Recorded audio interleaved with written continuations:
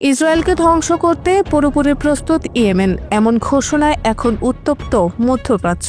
যন্ত্রণাদায়ক পরিণতি ভোগ করতে প্রস্তুত থাকার হুঁশিয়ারি দেয় দেশটি। ইসরায়েলি আগ্রাসনের পাল্টা জবাবের অপেক্ষায় থাকতে বলে মধ্যপ্রাচ্যের এই দেশটি।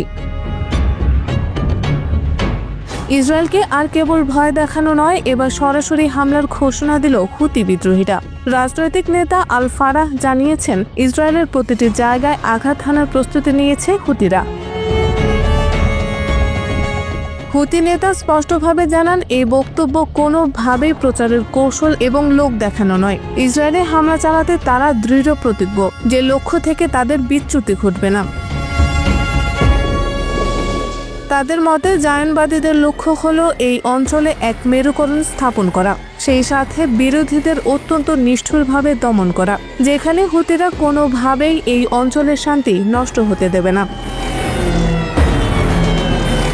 হুতি নীতির সঙ্গে মিল রেখে ইয়েমেনের জ্যেষ্ঠ তথ্য উপদেষ্টা তৌফিক আল হামিদি জানিয়েছেন, তারা সব ধরনের পরিস্থিতির জন্য প্রস্তুত এবং ইসরায়েলকে এমন পরিণতির সম্মুখীন করতে চান যাতে দখলদারিত্ব চালানোর আকাঙ্ক্ষা কমে যায়। এর আগে গাজা যুদ্ধ ঘিরে ইসরায়েলে একাধিক ক্ষেপণাস্ত্র ও ড্রোন হামলা চালায় হুতিরা। এমনকি লোহিত সাগরের বাব এল মানদেব প্রণালীর নিয়ন্ত্রণ নেয় তারা, যেখান থেকে ইসরায়েল সংশ্লিষ্ট জাহাজগুলোতে সামরিক অভিযান পরিচালনা করে।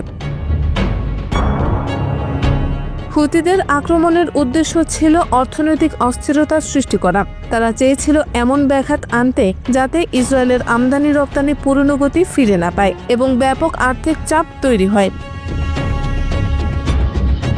হুতিদের করা হুঁশিয়ারি, গাজায় যুদ্ধবিরতি ভাঙলে ফের ইসরায়েলে হামলা চালানো হবে, আর তা হবে আগের যে কোনো সময়ের চেয়েও ভয়াবহ।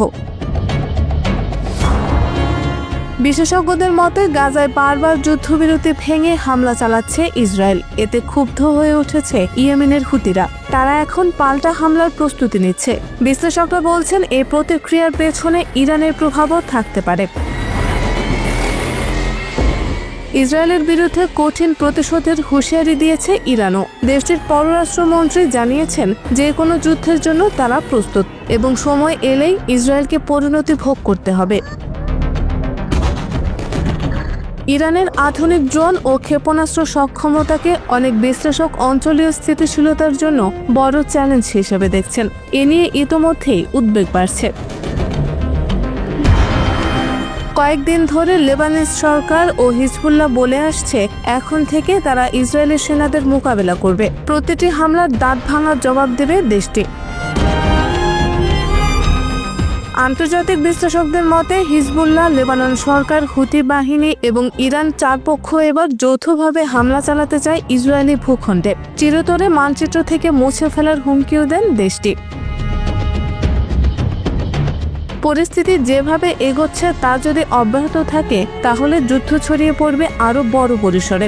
ইসরায়েলের পক্ষে যুদ্ধে নামতে পারে যুক্তরাষ্ট্র, আর সেটাই রূপ নিতে পারে এক ভয়াবহ আঞ্চলিক সংঘাতে। তখন পুরো মধ্যপ্রাচ্যের নিয়ন্ত্রণ হারিয়ে যেতে পারে।